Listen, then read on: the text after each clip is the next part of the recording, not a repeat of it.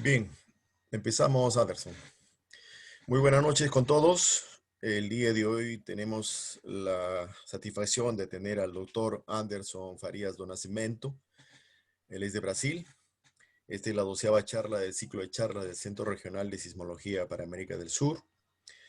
El doctor Anderson es licenciado en física por la Universidad Federal de Río Grande del Norte de Brasil. Tiene una maestría en geofísica en la misma universidad y tiene un doctorado en geofísica por la Universidad de Edimburgo del Reino Unido.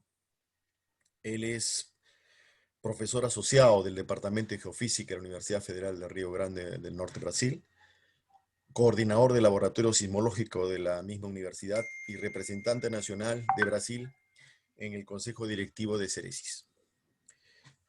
Su investigación y sus intereses están relacionados con la sismología, con problemas inversos, sismicidad inducida, ruido sísmico, procesamiento de señales y geodinámica. Él es representante nacional de Brasil ante el Consejo Directivo del Centro Regional de Sismología para América del Sur, CERESIS. Dejo con ustedes al doctor Anderson do Nascimento para su presentación. El título de la misma es Sismicidad inducida por reservorio de agua artificial. Adelante, Anderson. Muchas gracias por estar en este ciclo. Sí, muchas buenas noches. Estoy muy grato y muy honrado con la invitación que hizo Ceres en la persona de Leandro para proferir esta charla por esta noche. Son una serie, creo que esta es la 12ª, me imagino. Espero que el tema sea de interés a los que van a asistir y los youtubers o facebookers que están viendo todo. Muchísimas gracias por la no digo presencia, por la expectativa, por asistir a esta charla. Y yo voy a empezar aquí a ver qué. ¿Están viendo? Sí. Sí, ok. Bueno, vamos a empezar. Primero, ¿cómo va a ser la presentación de que voy a ver aquí? Voy primero a definir lo que es sismicidad inducida, hablar un poco de los mecanismos que se cree que provocan la sismicidad inducida por reservatorio. Y aquí estamos hablando de reservatorios de agua artificiales. Y vamos a hablar también un poco de cómo se hace el estudio de sismicidad inducida por reservatorios de agua artificiales.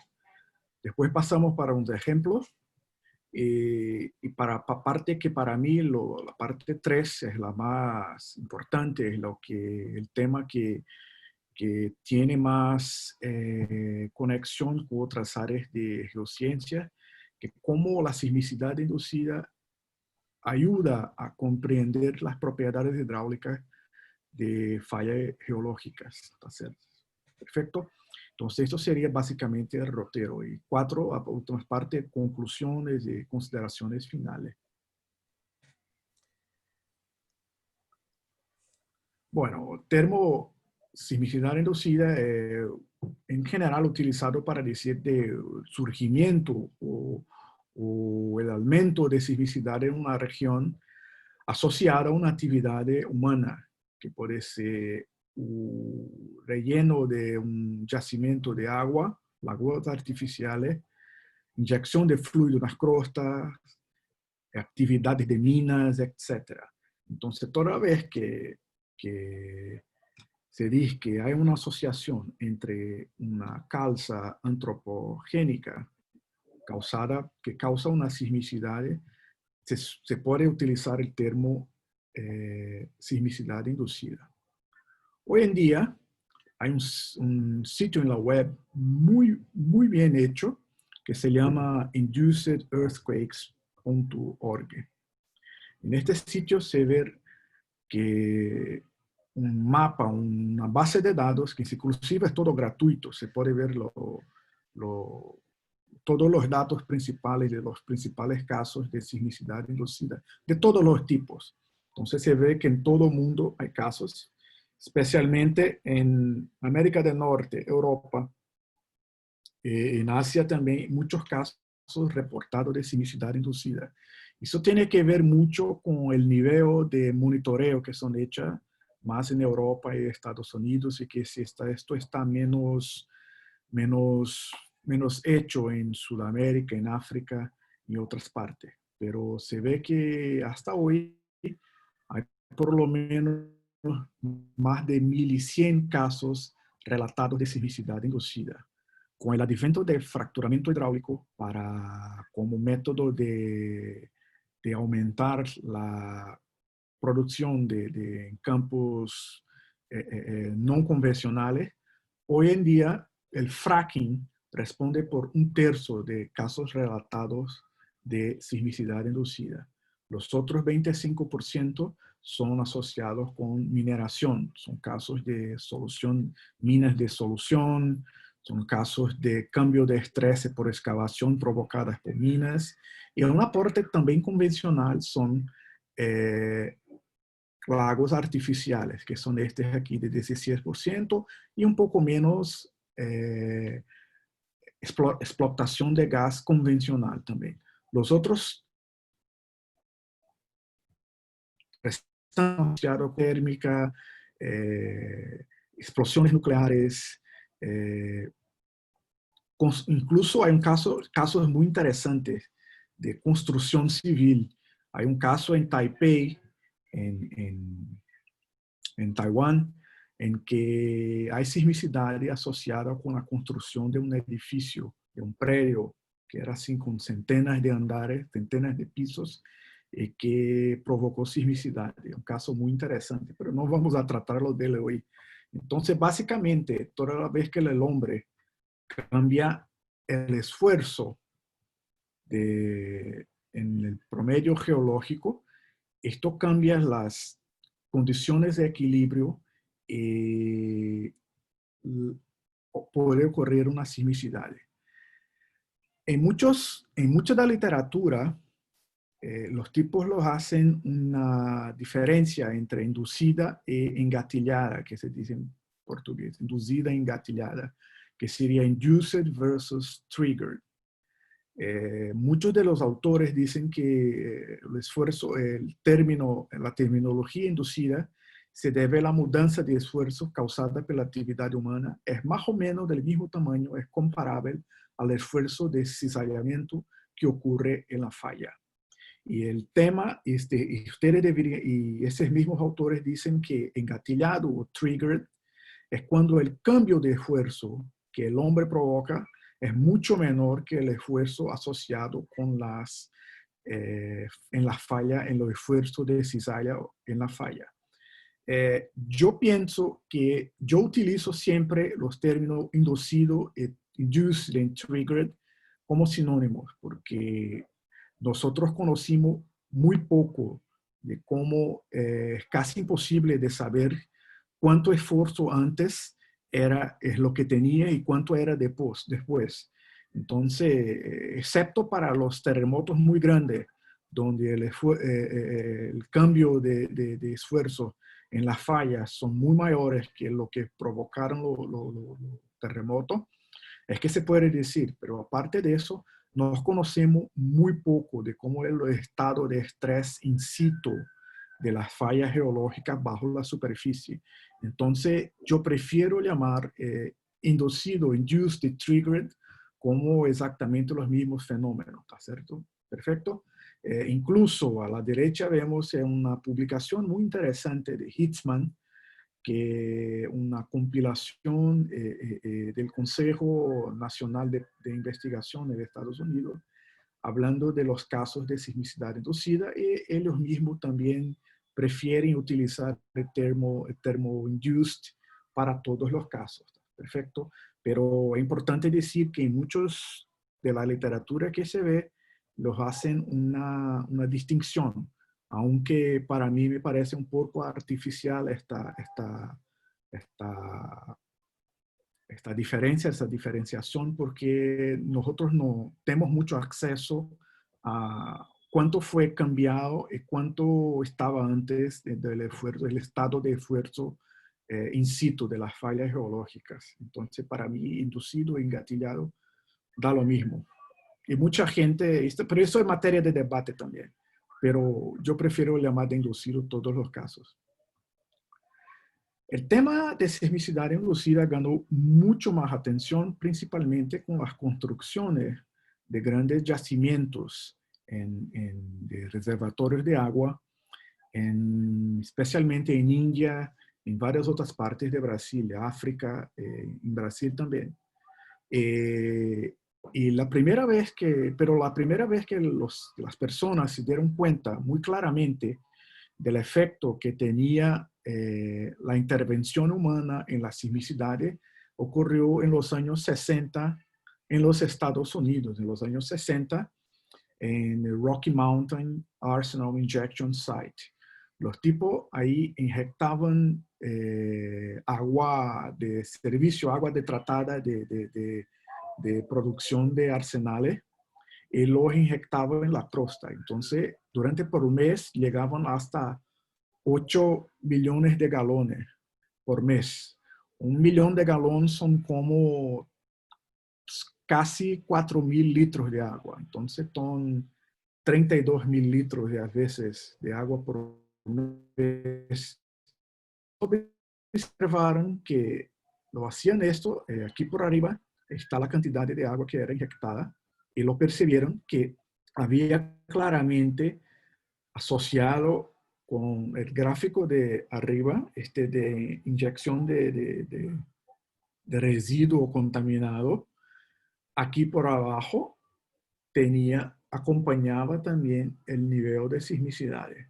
Este es un típico experimento que hoy en día creo que con la legislación que hay ambiental no sería posible de hacer, ¿no? Porque básicamente estaban inyectando agua contaminada por procesamiento de fabricación de armas, ¿no? Entonces hoy creo que van a tener mucho problema para autorización para poder hacer este experimento, pero la parte aquí que yo quiero destacar es que este experimento fue uno de los primeros que claramente se vio que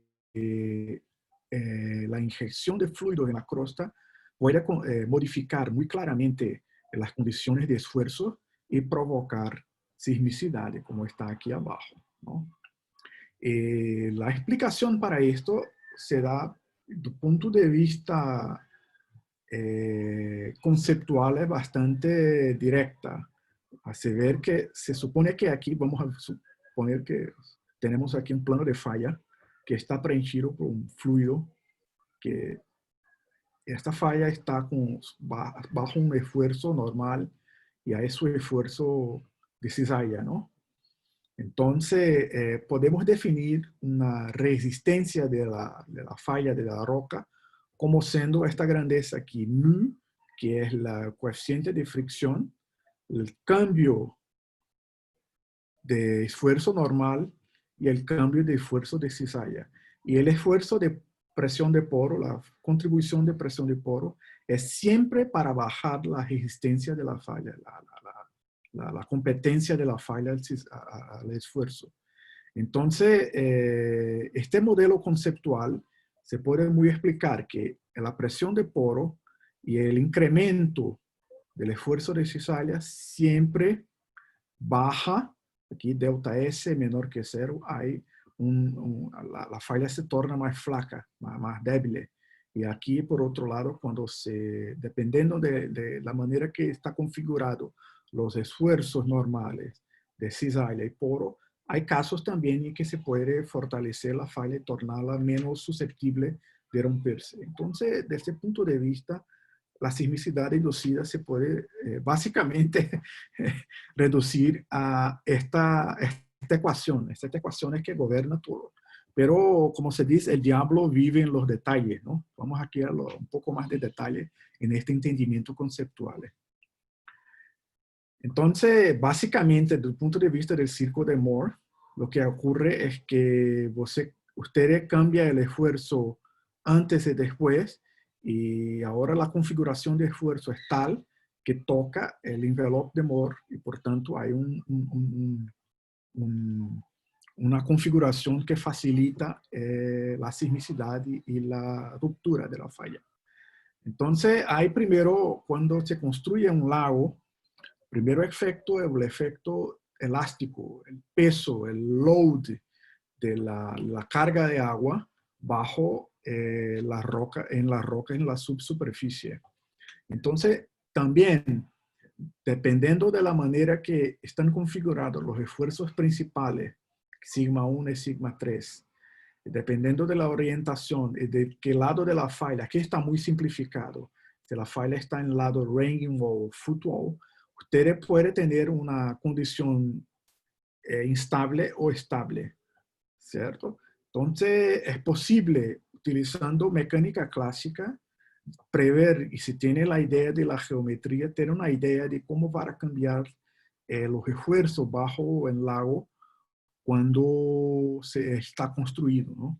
Estos trabajos de los años 60 y 70 lo hicieron bastante cosa en el proyecto de Leyte Cariba en África, lo hicieron modelización numérica de estas condiciones, o sea, el efecto elástico puramente.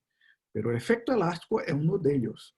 El otro efecto es un efecto debido a presencia de poros y de presión y de fluidos en la fractura.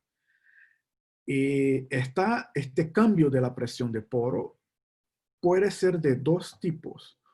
Una respuesta que se llama undrained, que es cuando el fluido que está en la falla no escapa, la presión del fluido incrementada debido al esfuerzo normal, pero el fluido no tiene tiempo de se difundir por la falla y bajar esta presión. Es básicamente como si usted estuviera presionando una esponja llena de agua y esta esponja estuviese con los poros superficiales todos tapados. Entonces, cuando usted pone presión en esta esponja, la presión interna va a subir debido a básicamente es proporcional a la presión interna, el poro interno es básicamente proporcional al el esfuerzo que está sometido la falla. Esto, vamos a ver cómo esto funciona. Otra es respuesta drainage, que se da por difusión de presión de poro. Básicamente, en este caso, la presión de poro, la presión de poro migra la presión para partes más lejanas de la fuente, de donde está la fuente de presión de poro, ella se difunde de acuerdo con una constante llamada difusividad, que está muy asociada con la permeabilidad de la roca. Entonces, desde aquí se ve que dependiendo de las observaciones que se tiene de un reservatorio artificial de agua, se puede tirar mucha información importante, estado de esfuerzo y principalmente cómo son las propiedades hidromecánicas como difusividad bajo la superficie de un yacimiento. Entonces, este diagrama aquí por la derecha solo para decir que cuando incrementa la presión de poro, en el sentido de hacer un deslocamiento en los esfuerzos sigma 3 y sigma 1. Entonces, si usted resuelve la ecuación diferencial esta aquí, como siendo, este es un caso más simple, otros casos más simples, una función que es constante, y no sabemos que un lago no es exactamente constante, él oscila durante los años, pero para que tengamos ideas de cómo funciona esta matemática, yo hice una solución muy simple de ecuación diferencial, que cómo sería la respuesta en profundidad debido a un impulso que está más o menos plano aquí. Entonces, este diagrama de arriba aquí, lo que tenemos sería la presión bajo las diferentes, aquí en la horizontal, el tiempo en días, y aquí la presión, proporcional a la presión máxima de arriba. Entonces se ve que Cuanto mayor la profundidad, menor va a ser la presión y más tiempo de retardo se, se tiene hasta que la presión alcance valores mayores. Entonces es un proceso difusivo muy similar a lo que ocurre. Bueno, desde el punto de vista matemático exactamente como ocurre con la ecuación de calor. Aquí hay otro gráfico de la solución de ecuación diciendo cómo va a ser la presión para diferentes valores de difusividad.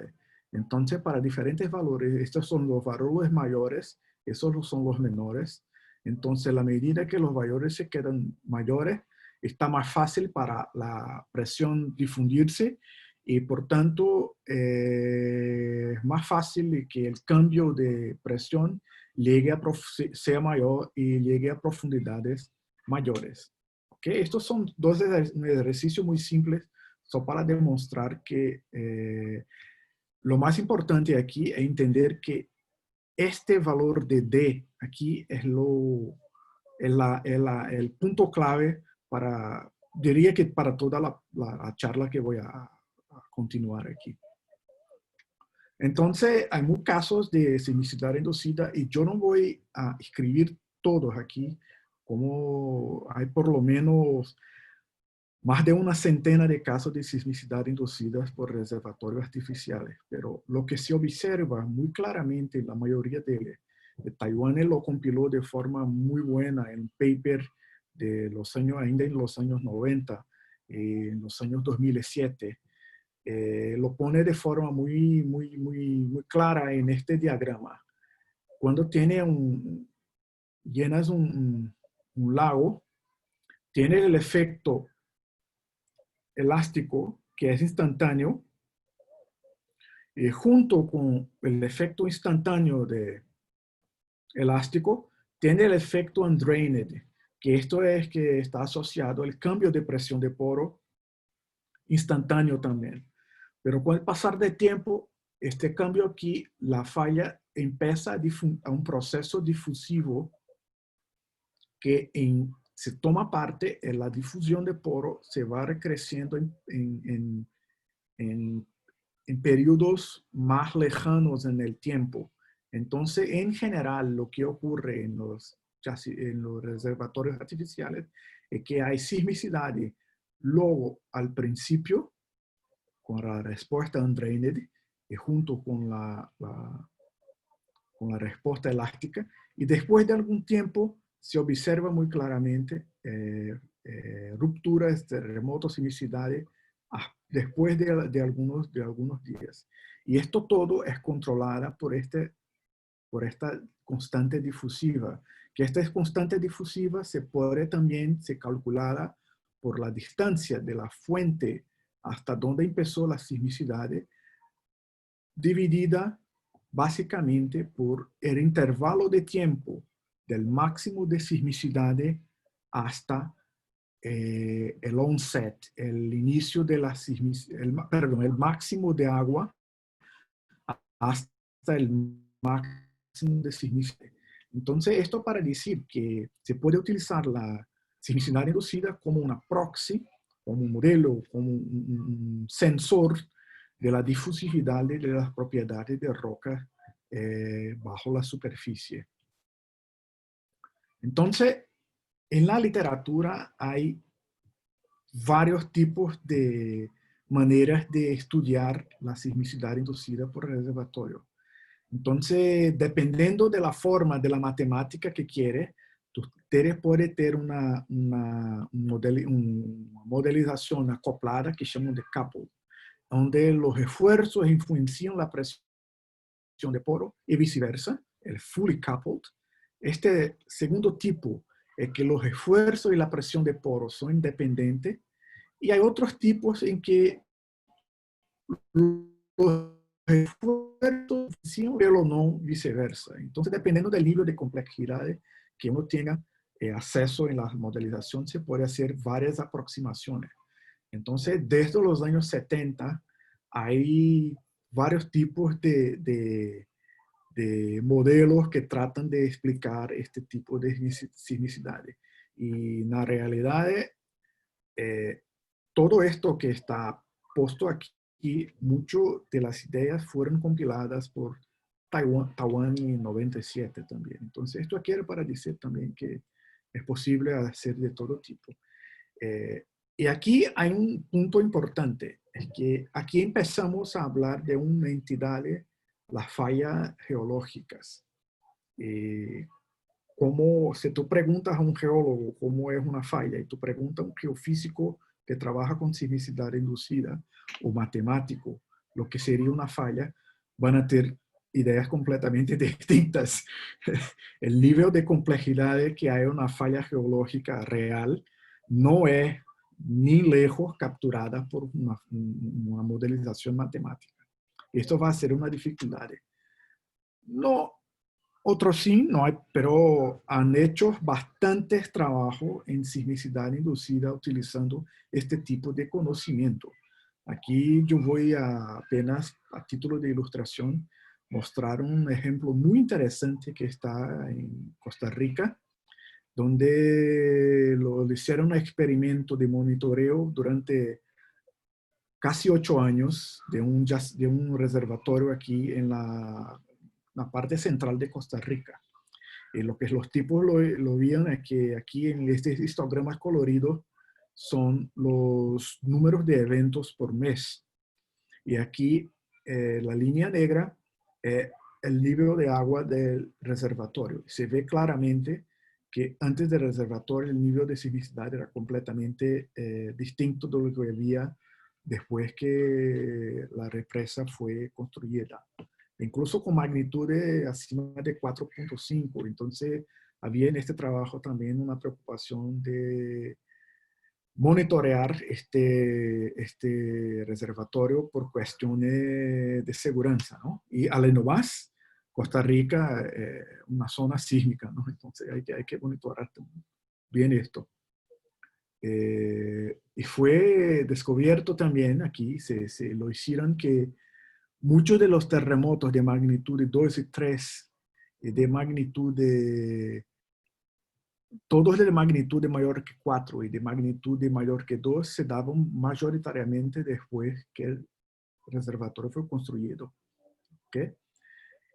A derecha aquí, ellos lo hicieron exactamente una modelización matemática para el cambio de esfuerzo de resistencia de la roca. Entonces, básicamente lo que están plotando aquí son los valores de, a ver, aquí se lo encuentro aquí, de delta S, ¿ok? En este caso, lo hacen la definición de delta S un poco distinta de la que hizo ahí. Entonces, los valores positivos en este gráfico son los negativos que lo presenté ahí en mi ecuación. Pero se ve claramente que para terremotos un poco más profundos, a partir de 7, 8 kilómetros, toda esa zona que está en rojo aquí, está asociado con cambios positivos de facilidad de ruptura. Entonces se ve muy claramente en que los terremotos más profundos están, especialmente después a partir de 4 o 5 kilómetros, están fuertemente asociados con la construcción del lago. Aquí en profundidades más rasas, las bajas quieren decir, ellos explican como siendo presencia de otras fallas, principalmente mucha heterogeneidad de las fallas que ellos no consiguen captar con la modelización. Pero para profundidades acima de 5 kilómetros la correlación es bastante clara. Entonces, este entendimiento, a pesar de simplificado, de cómo las fallas ocurren, funciona bastante. Y se puede dar una idea de cómo esta sismicidad puede, este cambio de esfuerzo puede influenciar las sismicidades. Bueno, Tawani en otro paper clásico que hace más de 10 años lo hizo una compilación impresionante de esta constante de difusividad. Básicamente, ello compiló varios ejemplos de sismicidad inducida en que ellos sabían muchas veces por crecimiento, uno de los ejemplos, el crecimiento de la área de la epicentral, la migración de los eventos sísmicos te da una idea de cómo una proxy de la difusión, de la propagación de la presión de poro. Y él hizo esto para decenas de casos, incluso terremotos naturales, etcétera, utilizando esta ecuación aquí, y percibió que los valores de difusividad hidráulica están en un range que varía entre 0.1 metro cuadrado por segundo hasta 10 metros por segundo. Es interesante notar estos valores porque esto es exactamente lo mismo gráfico, ahí que lo hicimos, pero aquí está en términos de permeabilidades. Básicamente él está demostrando que las fallas que son sismogénicas, que son asociadas con sismicidad inducida, están en un rango de básicamente 2 órdenes de magnitud.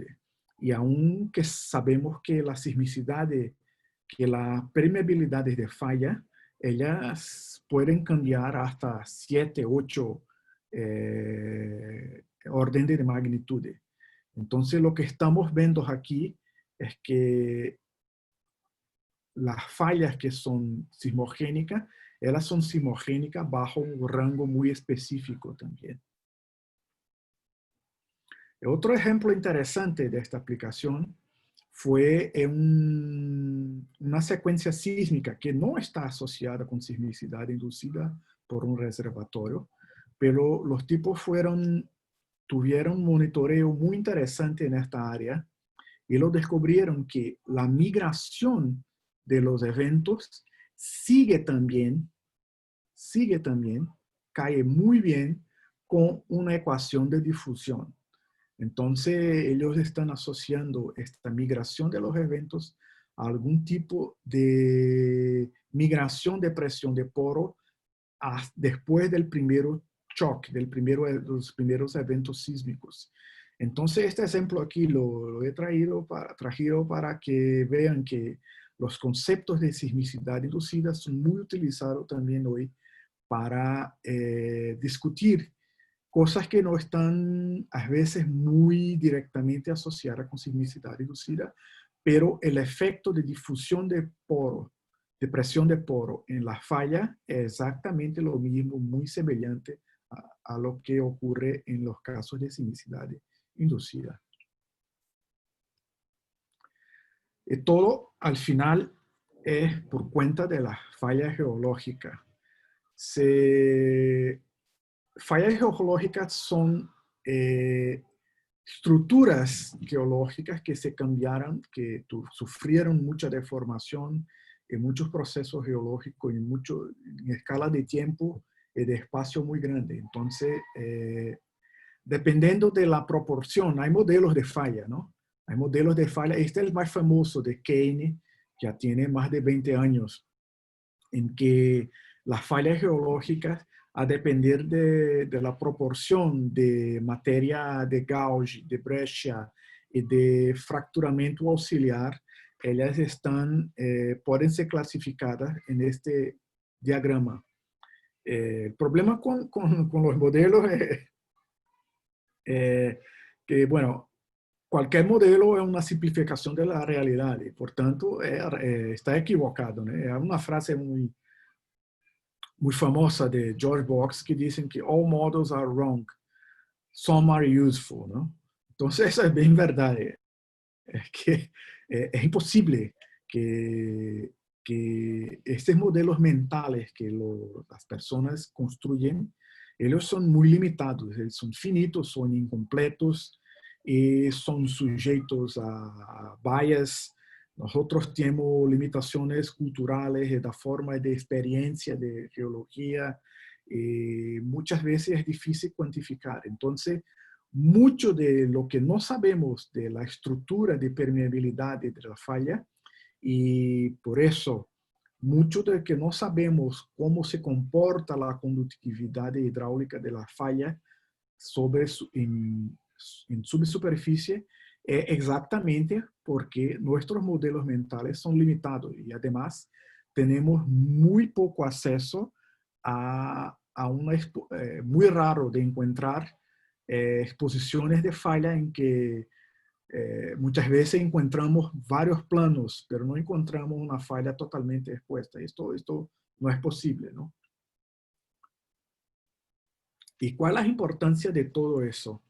Es que falla, fluido, tiene implicaciones muy grandes para explotación de hidrocarbonetos, para entendimiento de cómo los fluidos se dan en las fallas de un reservatorio, para cuestiones de integridad en casos de secuestro de carbono e incluso para depósitos de basura atómica.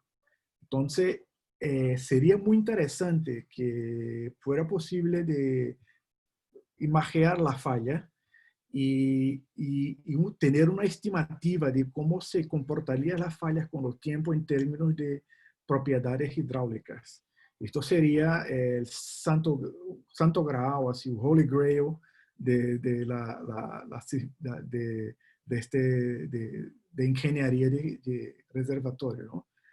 Varios modelos muchas veces son simplificados. La roca sirve como un buffer y otras veces la roca funciona en varios modelos como un conduito de fluido, ¿no? La dificultad de todo esto es que las propiedades hidráulicas de las rocas fracturadas, que son exactamente las rocas que están responsables por ejemplo, desde fenómenos de sismicidad inducida hasta control de reservatorios de óleo y gas, esas rocas fracturadas, las propiedades varían mucho con el tiempo en el espacio. Entonces, hacer predicción sobre el comportamiento es muy complicado y bajo mucha incertidumbre. Esta es una foto aquí de una falla aquí en el nordeste de Brasil, en Jucurutu. Entonces, ¿cuál es la importancia de todo eso? Yo voy a decir ahora, pasar a una otra parte de la charla, en que nosotros fuimos posible de identificar fallas individuales y fue un ejercicio que hicimos para poder calcular en subsuperficie cómo están las permeabilidades. Entonces, es una manera de calcular in situ la propiedad hidromecánica utilizando conceptos de sismicidad inducida. Entonces, bueno, la dificultad es que básicamente ninguno de los estudios que se tenía hasta el momento, esos estudios ya tenían hace algunos años, correlacionaban la estructura identificada en la sismicidad con una estructura que se puede ver en detalle en superficie. Okay, esto era otra dificultad también. Entonces voy a hablar un poco del caso que hicimos ahí en la barragem de Açu, en el nordeste de Brasil. Es un reservatorio bastante pequeño, increíblemente pequeño. Aquí por la derecha, aquí estamos en el nordeste de Brasil. Aquí estoy yo, aquí en Natal, y este reservatorio se queda interior del estado. Este reservatorio ya está estudiado desde los años 90. Aquí por la derecha, a la izquierda, perdón, se ve el nivel de agua que oscila entre 30 y 34 metros, 28 y 34 metros. Entonces es un reservatorio bastante pequeño comparado con otros grandes que se ve por ahí. Y se ve muy claramente una correlación de la máximo del nivel de agua en por lo menos los 3 primeros años con el máximo de sismicidad. Aquí la correlación desaparece, pero aquí también reaparece más una vez. Para una de las interpretaciones que lo hicimos es que hay un papel muy fuerte de la reducción del esfuerzo normal para reactivar las fallas debido al aumento de la presión de poro por un proceso difusivo, ¿no? Porque se tarda un tiempo hasta el impulso aquí por arriba llega hasta la superficie aquí abajo. Entonces se ve muy claramente a la derecha aquí el mapa de sismicidades, que la falla durante distintos periodos fue reactivada y parecen iluminar una orientación, lineamientos o fallamientos con dirección aproximadamente nordeste-sudoeste. Pero como voy a ver, hay mucho más detalles que eso. Entonces, estos son los 3 años, 2 años de pico 2 años que hicimos el estudio de ese. Básicamente, hay un retardo de 4 meses entre el pico de las sismicidades y el máximo del nivel de agua. Entonces, básicamente, lo que ocurrió aquí fue un proceso difusivo que se puede entonces calcular el valor de difusividad promedio. Pero el valor promedio de difusividad es como estamos diciendo, es un valor promedio que no da mucha idea de la variabilidad de las propiedades hidráulicas. Sería muy interesante que nosotros tuviéramos una cuantificación de estas variabilidades. Entonces, lo hicimos aquí, una red sismográfica, son los triángulos aquí muy densificadas, en que hicimos mapeamiento de detalle de la región, ¿ok? Hicimos una relocalización hipocentral muy utilizando la información de la correlación de los registros sísmicos. Entonces se ve aquí, aquí en la derecha, letra C aquí, un sismograma de eventos que están ocurriendo en un mismo clúster de eventos. Entonces, básicamente, la idea es que si los eventos tienen la misma waveform, la misma forma de onda, ellos están ocurriendo en la misma estructura geológica. Entonces, nosotros fuimos capaces de localizar este evento con incertitudes variaban entre 20 y 40 metros, que esto es muy bajo. Y además fuimos capaces de separar los eventos en diferentes clusters. Esto aquí es un detalle de un cluster, aquí en la visión mapa de un cluster. Entonces con esto individualizamos los clusters y ajustamos, fizemos un fitting de planos de fallas para los diferentes clusters. Y lo más interesante que ocurre en este tipo de, en este ejemplo, es que los clusters todos tienen una dirección más o menos nordeste-sudoeste, pero individualmente se ve que los planos de falla son orientados de forma, a veces, prácticamente cortando, ignorando la estructura geológica nordeste que está mayoritariamente aquí. Entonces, esto para decir que la interpretación de decir que el plano de falla de una sismicidad de una única dirección, esto no es bien verdad. Aquí se ve que hay una riqueza, hay una cantidad de planos de fallas que están en distintas direcciones y que fueron revelados con este estudio de muy detalle que lo hicimos. Entonces, lo que hicimos aquí fue calcular el tiempo de migración de cada evento en una falla y calcular el time delay, el tiempo de retardo en cada uno de ellos. Y esto sería, digamos así, la difusividad de media en los planos de falla. Y lo más interesante aquí es que los polos de las fracturas que están a la derecha aquí, las fracturas determinadas por localización hipocentral, están extremadamente parecidos con los polos de las fracturas que están aquí en la región, que fueron mapeadas y medidas en la región. Entonces, básicamente, lo que nuestra interpretación es que lo que estamos viendo lo que estamos midiendo aquí bajo la superficie a 2-3 kilómetros es básicamente las estructuras que están por aquí de arriba también. Entonces, los resultados ocurrió algo bastante interesante. Básicamente, en nuestra interpretación reveló que la difusión de presión de poro no es en la zona de daño formada durante el crecimiento de la falla. Y esto aquí, básicamente, todos los modelos de falla dicen que la difusión de presión de poro es hecha durante la zona de daño formada durante el crecimiento de la falla. En realidad, lo que ocurre es que hay aberturas, joints que son más jóvenes, que están funcionando como conduitos y que ellas ocurren debido a un contraste mecánico entre el fault core, el núcleo de la falla, y la roca host, ¿no? La roca protolita, ¿no? Formada durante el surgimiento y exhumación de la zona de falla. Entonces, en este caso, nuestros resultados indican que la difusividad es bien mayor que la difusividad que sería prevista si uno solo fuera a utilizar los modelos simplificados, que no son tan simplificados, pero son los modelos que están ahí en la pratelería.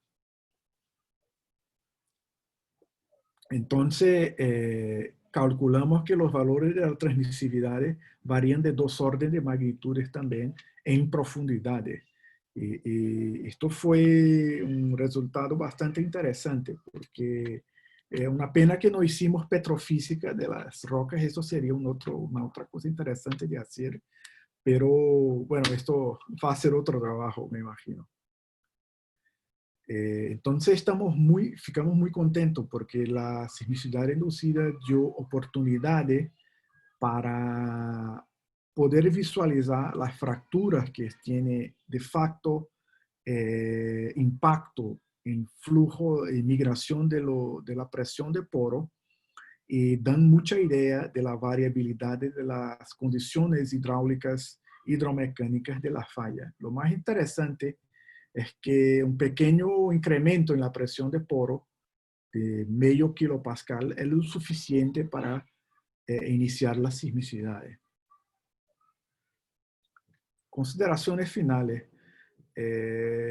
Yo empecé aquí hablando de casos de sismicidad inducida por reservatorio, hablando de los temas clásicos, pero luego migré para temas que tienen que ver más con geología estructural y con cómo se puede utilizar la sismicidad inducida como una proxy para se determinar la arquitectura de la falla. Entonces, nosotros pensamos, yo pienso que las grandes contribuciones hoy de sismicidad inducida fueron para en cosas de este tipo, ¿no? De mejorar el entendimiento de falla y cómo se da la interacción de fluidos con falla. Y esto tiene implicaciones muy importantes para la industria, por ejemplo, ¿no? Y también para avaliación de riesgo y seguridad de sitios de basura atómica y todo esto. Bueno, quiero agradecer primero a los patrocinadores, Petrobras, CNPq, CAPS, todo el equipo del LabSIS de UFRN, que de las últimas 4 décadas tiene intensivamente y fuertemente promovido y trabajado en estudios de sismicidad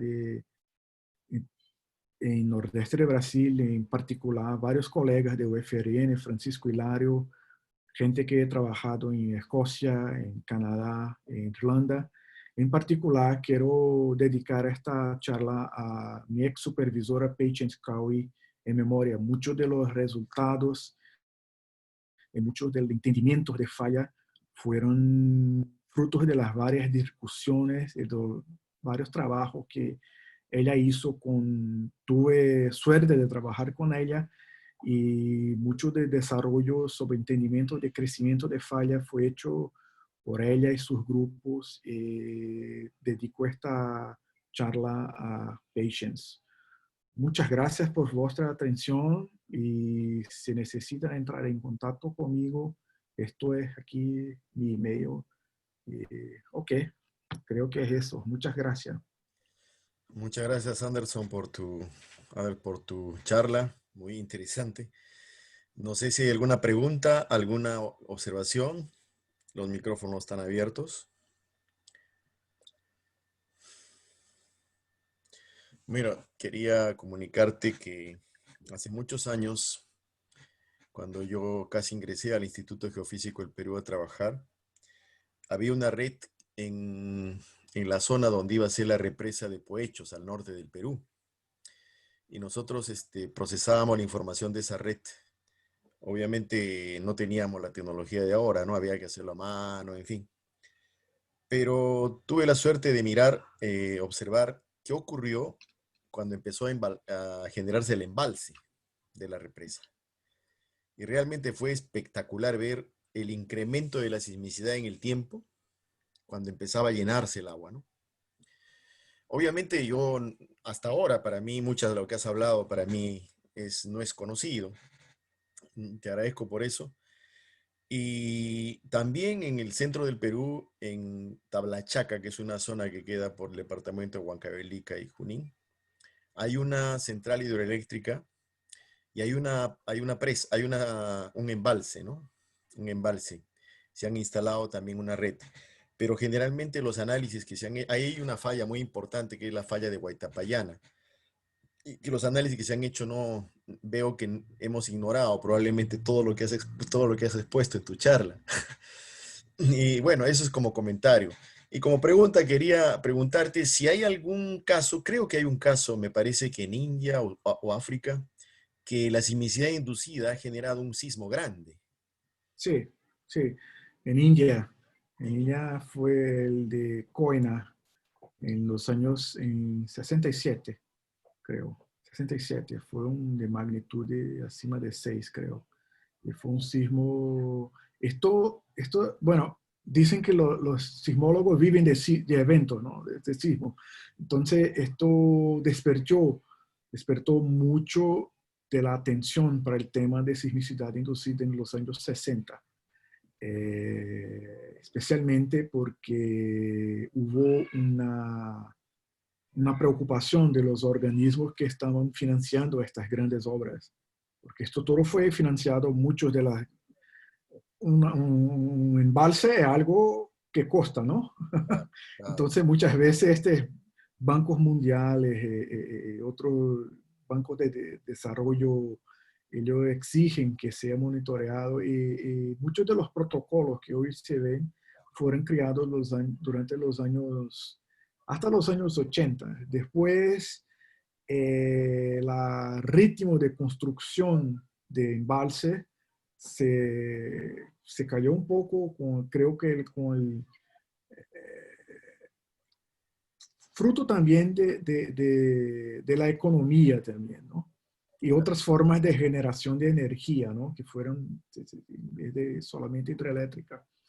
Eh, entonces, ahorita también, pero ahorita mismo hay casos en Tres Gargantas, en China. China tiene, creo que los top 5 embalses, presas son en China hoy. Y hay papers ahora recientemente hablando del tema de sismicidades. Y lo más interesante es que es básicamente del, del mucho de la geología, porque por ejemplo este caso ahí que mostré en Brasil, estamos en una zona precámbrica, cristalino, rocas cristalinas, pero mucho en China es sobre limestone, sobre cástico, ¿no? Sobre terreno calcáreo.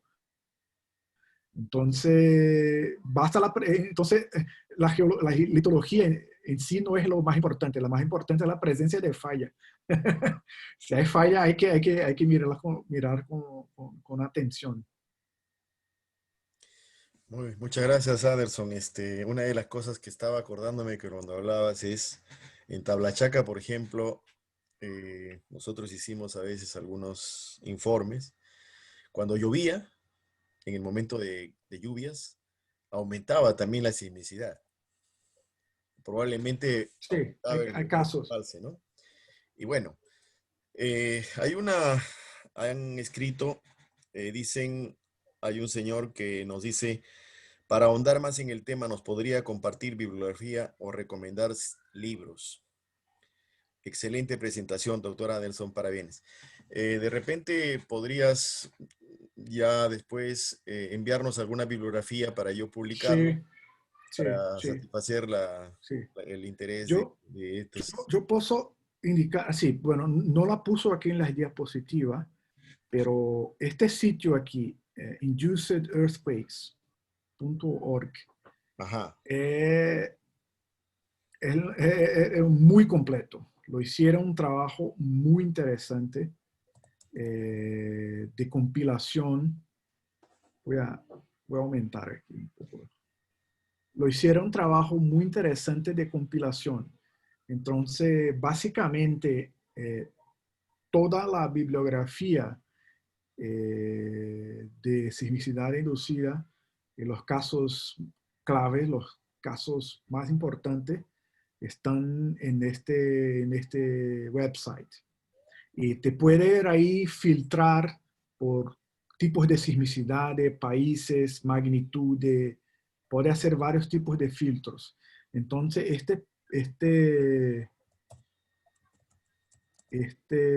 a ver, se incrementó la presentación, ponlo como. Ah, ahí está. aquí. Induced Earthquakes. Esto es un sitio, los tipos son de la Universidad de Durham, en Inglaterra. Y recientemente lo escribieron un paper que es un review de sismicidad inducida de los casos. Y lo publicaron estos papers de Folger y este website que tienen bastante cosa. Yo mismo estoy escribiendo un artículo para específicamente sobre el tema de sismicidad inducida por reservatorio, un paper de review. Todavía no he terminado, pero yo quiero hacerlo de una forma un poco distinta que en general son hechos los reviews de sismicidad inducida, que focan mucho en relatos de casos. Yo quiero focar un poco más en cómo la sismicidad inducida auxilia el entendimiento de las fallas geológicas, de las propiedades Claro, hidráulicas. Entonces, interesante. sí. Entonces, esto se da más trabajo porque yo tengo Claro, que hablar los dos lenguajes de sismólogo y de neotectonistas o de geólogos, ¿no? claro. Entonces, se está tardando más, pero creo que hasta mediados del próximo año yo termino escrita este, Claro. este trabajo. Hay una pregunta del señor Eduardo. Por favor, ¿podría activar su micro y preguntar? Señor Eduardo. Eduardo, microfone, Eduardo. Olá, boa noite. Algum caso interessante sobre sismicidade induzida em mina no Brasil já foi estudado ou é observado?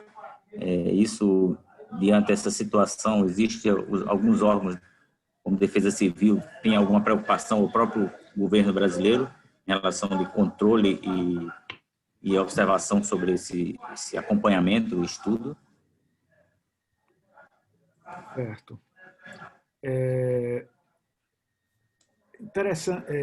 Muy interesante la pregunta, porque si tú miras el mapa este que está en la diapositiva ahora, Brasil, el ejemplo de Brasil, Brasil solo tiene casos de sismicidad inducida por reservatorio. Aunque Brasil es conocido como uno de los mayores productores de minerio del mundo, ¿no?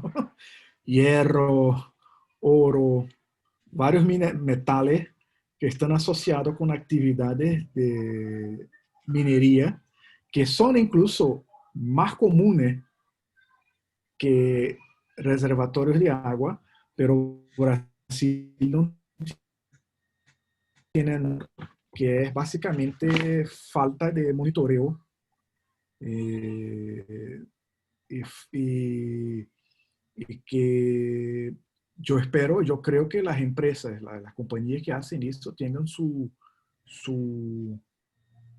monitoreo para incluso gerenciar sus actividades.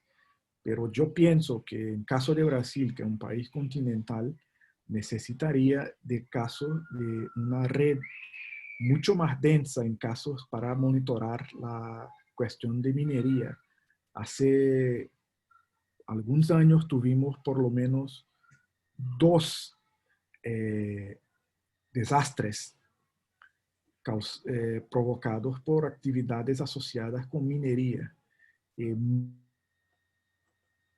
Mucho del rendimiento, mucho de se podía mitigar los daños y tener una visión más de ciencia y mitigar los riesgos sería hecha si tuviéramos más monitoreo. No digo solo monitoreo sismológico, más monitoreo por otros sensores como por satélites, por otros tipos de sensores.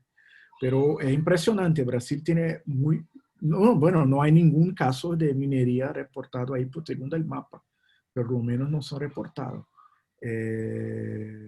Creo que no están reportados porque simplemente no se mide, la gente no reporta y muchos de los casos se pasan como siendo unnoticed, sin nadie se da cuenta. Y esto hay varias razones para esto. A veces la empresa no tiene interés, como no hay un monitoreo sistemático, los órganos, la agencia de control también hay poca gente. En todo es una conjuntura, ¿no? Entonces, pero es importante saber, incluso que en la industria se dé cuenta que un monitoreo es una cosa muy importante incluso para la gestión de riesgo. La amenaza no se puede hacer mucho porque es la mamá la naturaleza, pero hay una parte que se puede hacer en la gestión de riesgo. Esto sería posible que eso siga siendo hecho, pero esto es una decisión que no depende solo del sismólogo, ¿no? El sismólogo es uno de los elementos de esta cadena, ¿no? De estas cosas. Bien, ¿más preguntas? ¿Alguna otra observación, intervención? Bueno, Anderson, muchas gracias por tu presentación. Realmente ha sido muy interesante. A mí me ha ilustrado mucho. Esperamos contar con tu presencia en una próxima oportunidad. Sí. Cuídate mucho y buenas noches. Buenas noches, muchas gracias por la atención, muy grato por la oportunidad. Espero que en una otra oportunidad estemos hablando de estos temas que a mí me gustan mucho y espero que tenga sido claro y que el portuñol no tenga sido el factor más limitante en la comunicación, ¿no? No, de cajón, que no. Buena cena. Muchas gracias. Ahí está, Leida te está saludando. Oh, Saida, ¿cómo está? ¿Todo bien? Sí, tranquilo. Ok. Ok, saludos. Adiós. Gracias, Eduardo. Ah. Obrigado, Eduardo. Obrigado, Flauber. Obrigado. Tchau, tchau. Ok, adiós. Adiós. Chao. Tchau, tchau.